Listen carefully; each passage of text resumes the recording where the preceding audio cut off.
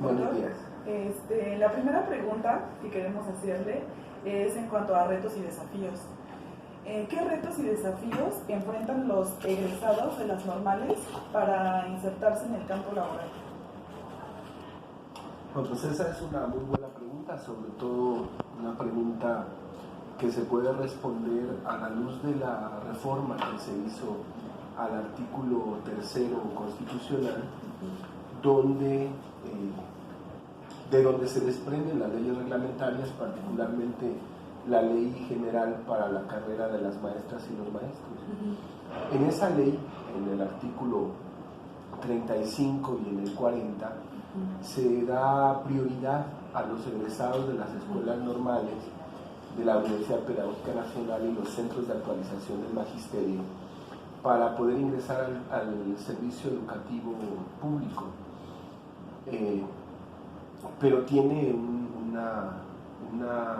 enorme reto, y el reto es que la propia ley señala que se tiene que hacer una planeación entre la matrícula que va a ingresar a las escuelas normales y una perspectiva a 4 años después, el número de plazas o de espacios educativos para contratar a los maestros y maestras. Entonces eso es un reto grande porque hay una distribución en el país bastante desigual. Algunos estados, por ejemplo, Chiapas, tiene un déficit de 10,000 plazas, es decir, tiene 10,000 egresados de normales que no están trabajando, porque no tienen plazas, no tienen espacios de trabajo. Y otros estados del país, como la Ciudad de México, en algunas áreas, como por ejemplo en educación primaria, tiene muchísimas plazas y pocos egresados.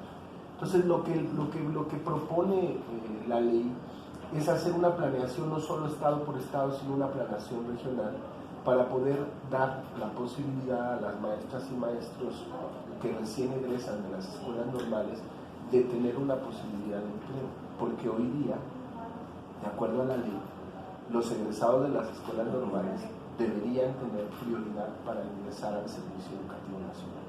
Ahora, yo particularmente creo que no solo es la única posibilidad que tienen los egresados de las normales, o no debería ser.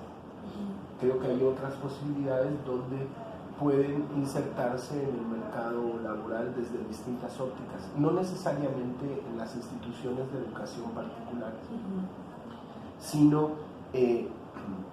por ejemplo, en todo lo que significa desarrollo de material didáctico, todo este tema que tiene que ver con los procesos de innovación en el aula y eso sería importante que también fuera una posibilidad. Ahora, evidentemente hoy día es una posibilidad minúscula, es una posibilidad que no se ha explorado, pero yo creo que tendría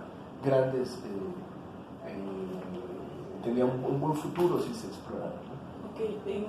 Bueno, antes de lo de qué otras opciones existen para los egresados de las normales, como usted lo menciona, en cuanto al campo, es desarrollar material didáctico, pero la pregunta sería, ¿existe en el plan de estudio las materias o es adecuado para que se pueda desarrollar estas aptitudes? ¿O no, se tendría que...? En este momento no. En este momento los planes de estudio, el perfil de egreso de los maestros y maestras es para insertarse al servicio educativo público, para eso es.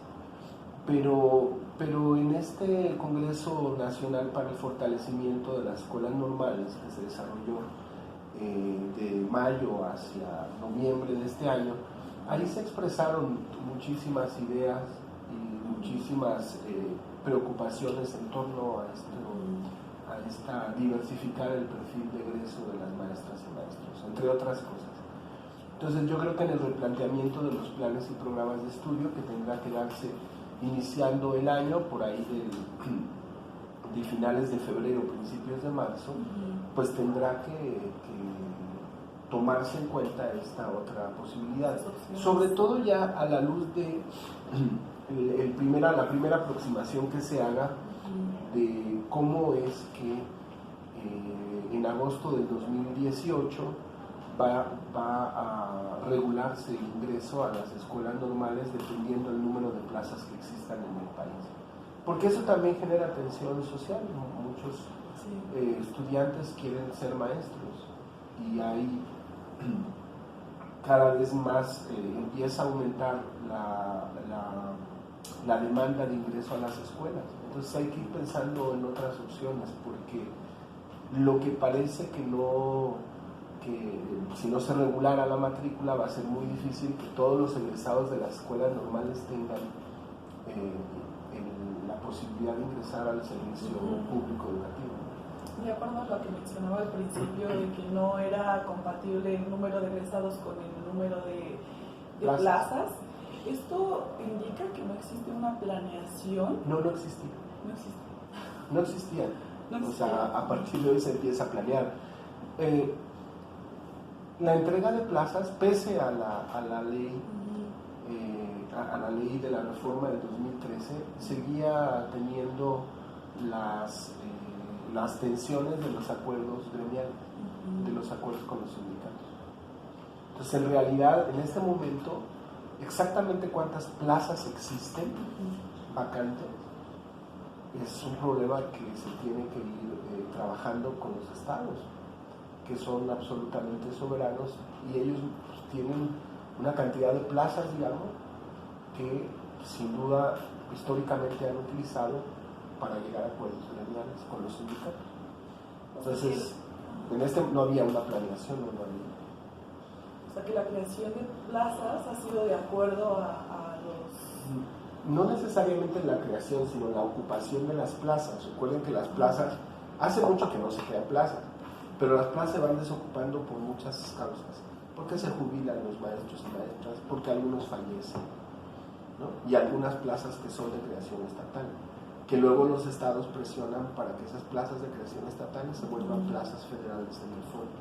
Entonces, sí hay, en este momento va a ser un esfuerzo grande en empezar a contabilizar exactamente cuál va a ser la proyección de la vacancia de plazas que va a haber del 2020 al egreso del 2024 y de cada nivel, porque hay un problema estructural muy serio en este país.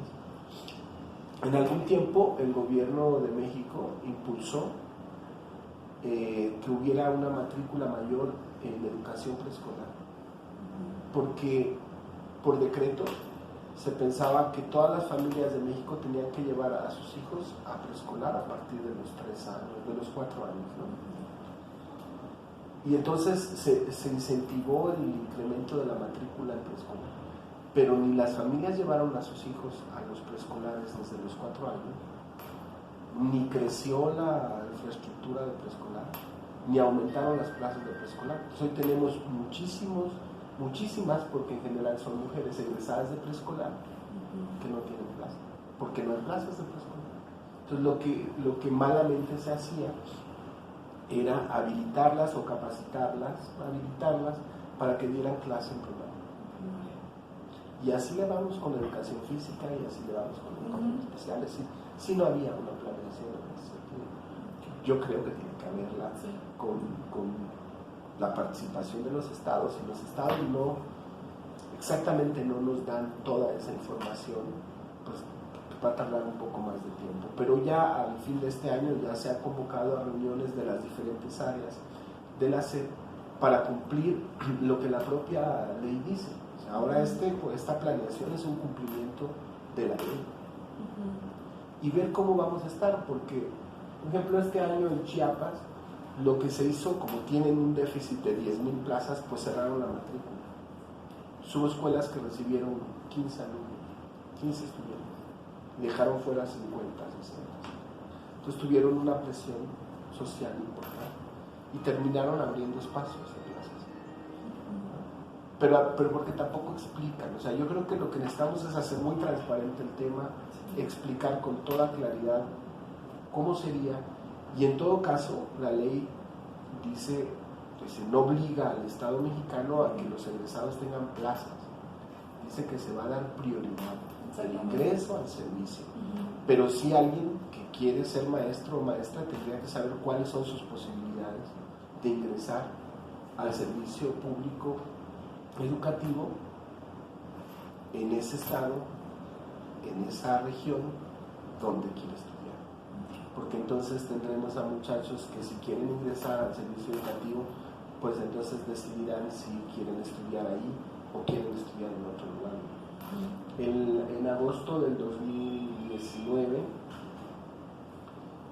se incrementaron al 100% las plazas en el estado de Hidalgo, la matrícula de ingreso en el estado de Hidalgo. En el estado de México se incrementó casi al doble, en Coahuila, en Baja California, que son estados que tienen posibilidades de contratar a los jóvenes que egresan de las normales, pero hay estados que no tienen ninguna posibilidad, como Chiapas, por ejemplo. Y la siguiente pregunta es referente al 5. ¿Cuáles son los principales retos del normalismo para el siglo XXI? Pero esta es en dos sentidos. Por una parte, el ingreso. ¿Cree usted o considera que es importante tener ciertos requisitos para tener un perfil idóneo para el ingreso a las escuelas normales? ¿Cuáles serían? Y si realmente se aplican o no se aplican, o realmente puede entrar cualquier persona a las escuelas normales.